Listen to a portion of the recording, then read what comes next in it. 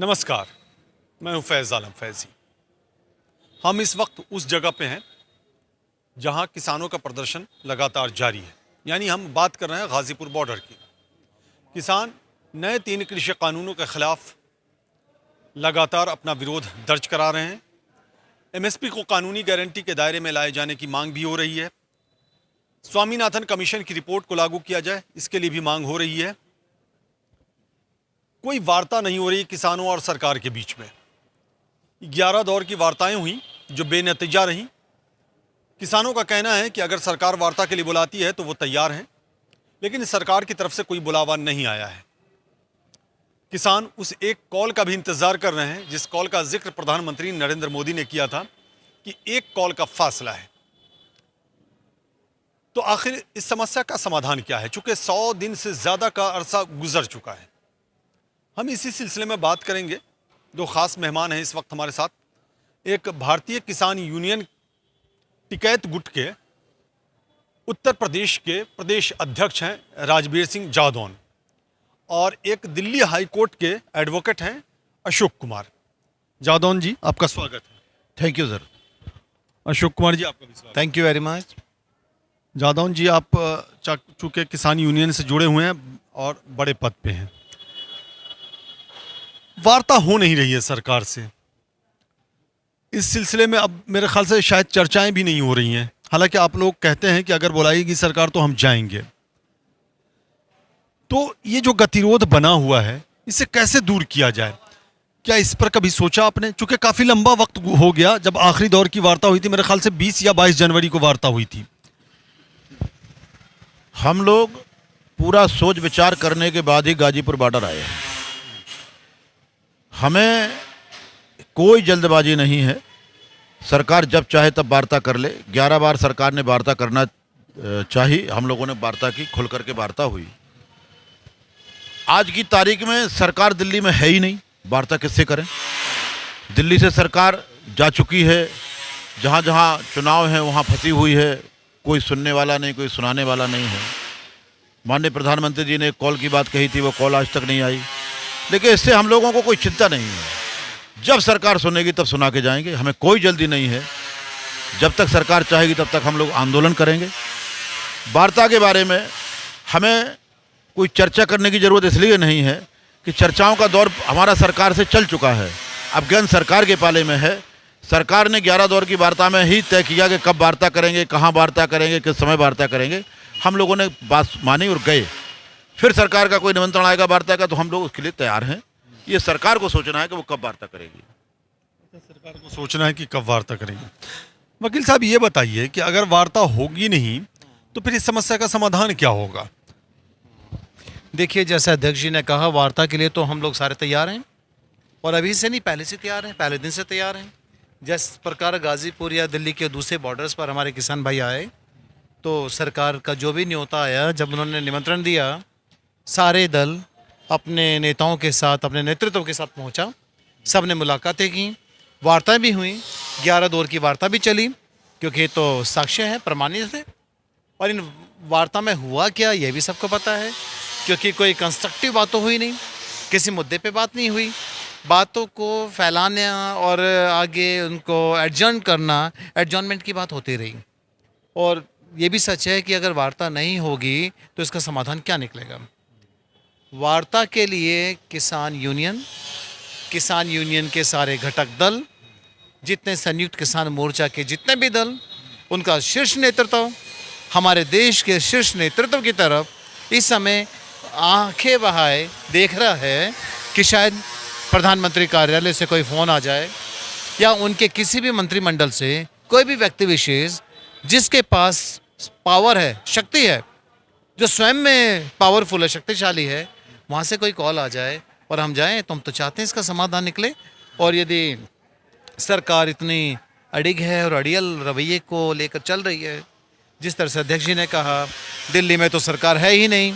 आज जब दिल्ली में सरकार ही नहीं है तो सरकार से कहाँ बात करें? कोई बात नहीं, जब सरकार आएगी तब बात करेंगे, और वार्ता से ही इसका सॉल्यूशन निकल सकता है।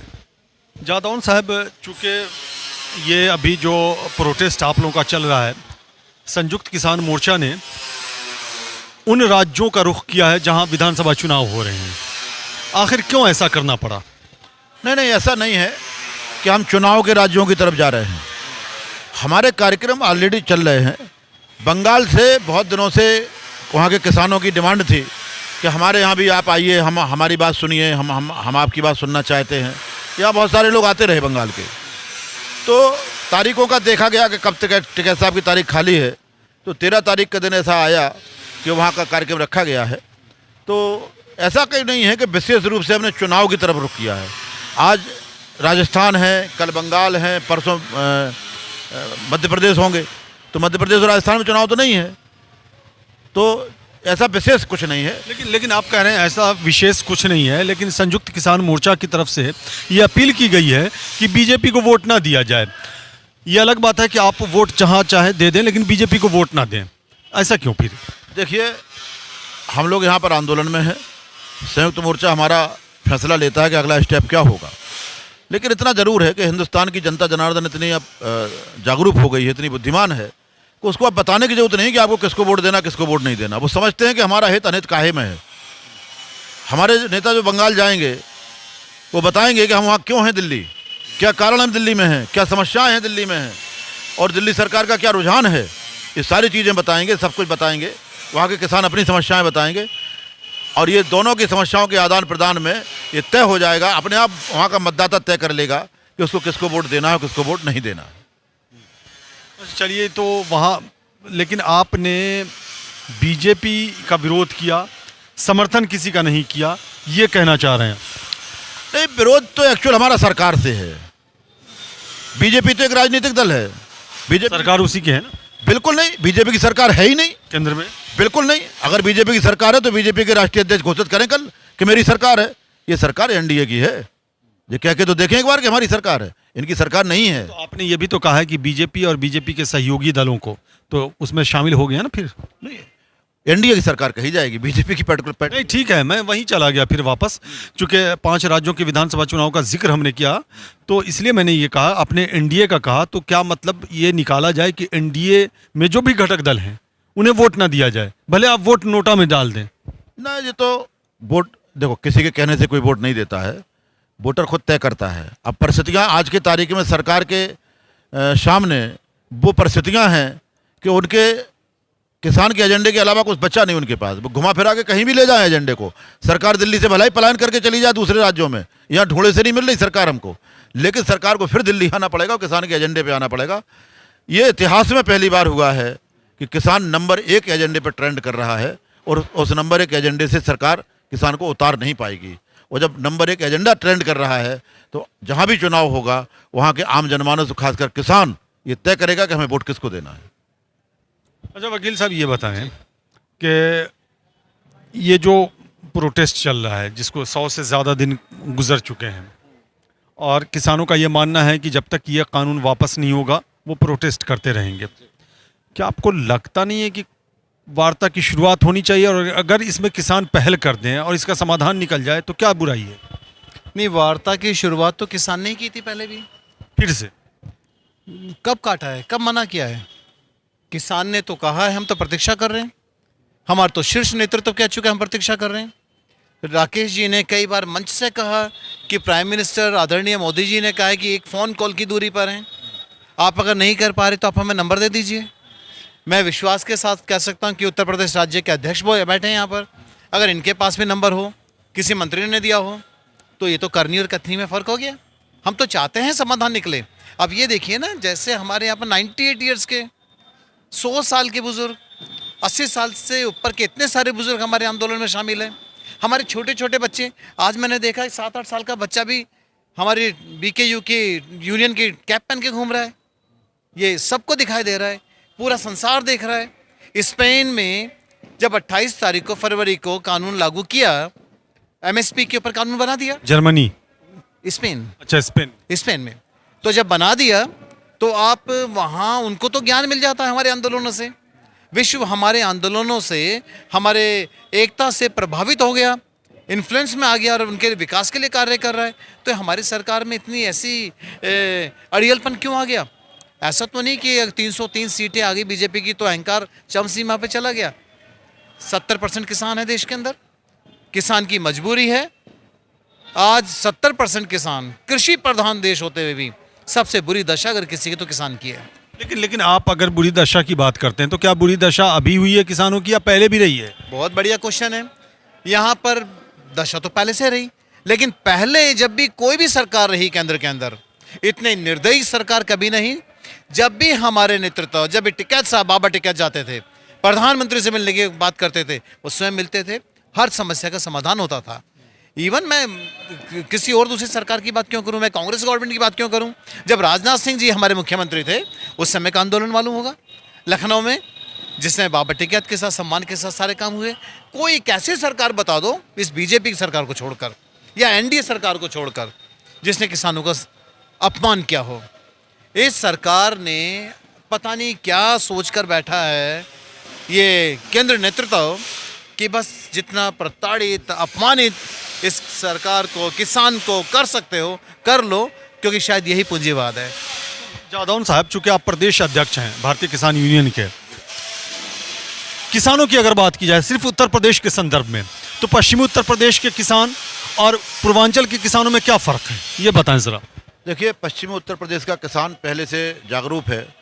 भौगोलिक स्थिति ऐसी है कि यहाँ पर पानी के संसाधन बहुत बेहतरीन है, मिट्टी अच्छी है और यहाँ का जो एनवायरनमेंट है बहुत अच्छा है।